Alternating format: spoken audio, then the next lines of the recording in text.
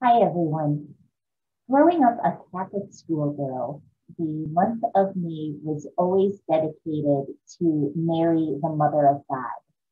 We sang songs to her in our music classes. We made Mary art. And every year we had a special ceremony called the May crowning, where we get all dressed up and girls would surround a statue of Mary with flowers and place a wreath of flowers on her head. As I got older, became a teenager, I grew increasingly disillusioned or critical of Mary, how she was portrayed by the church, the Blessed Virgin Mary, the stress on her sexuality, being a virgin, the way she was portrayed as this perfect, pure, submissive woman that all Catholic women were supposed to emulate or be like. I had a lot of breaks with Mary. I stopped being a Catholic, a Christian. I explored other paths. Then, many years later, I adopted a child, brought a child into my home who I was basically a stranger to. During that time, the nights were terrible. She was grieving and so sad and scared. And one night it was really bad, her crying and yelling, and I didn't know what to do, how to comfort her.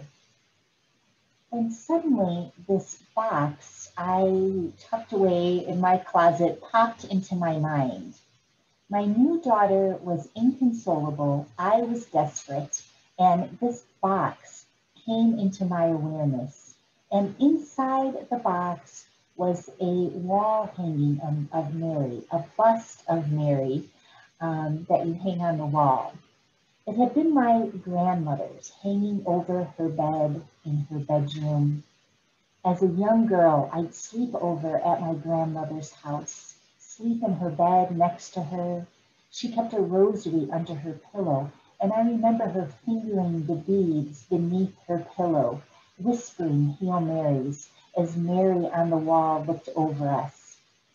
I remember feeling it was the safest place in the world.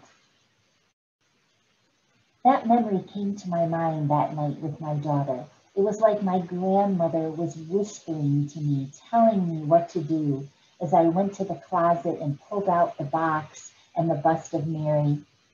I hung it over my daughter's bed and I told her stories about how this was the mother of us all, who watches over us and loves us and is always with us. And my daughter fell asleep with her head in my lap, listening to these stories.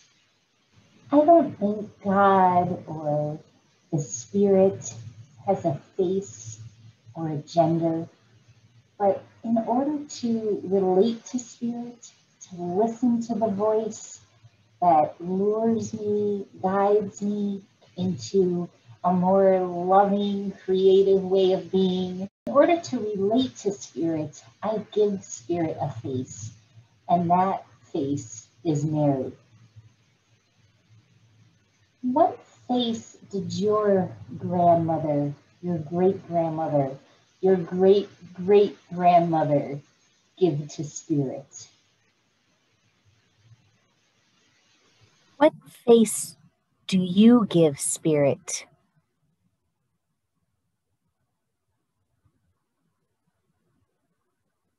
Do you ever find yourself longing for a larger maternal mother energy, force, more larger and loving than anything you can ever imagine?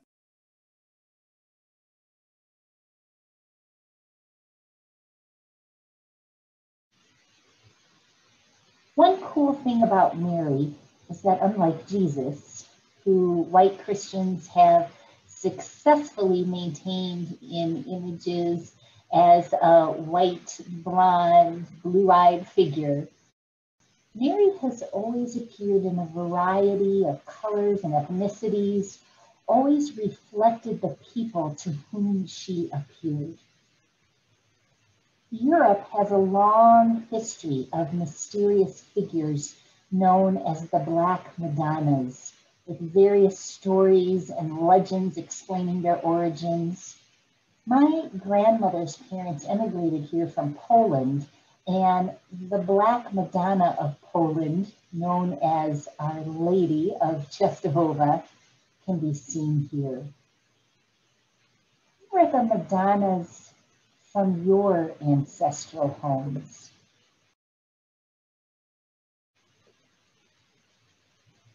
Within the Christian movement, the spiritual gifts of women are often hidden right in plain sight. In grade school, I was taught that Mary was submissive, but right there in the Bible, I see now she was not submissive at all. When the angel Gabriel came to her, she asked a question. She pondered the words, and then she courageously chose to be the mother of God. While we don't hear a peep out of Joseph in the Bible, Mary bursts out with the stunning Magnificat. This month of May, month of Mary, I invite you to be aware and open to receiving the maternal face of Spirit as it appears all around you.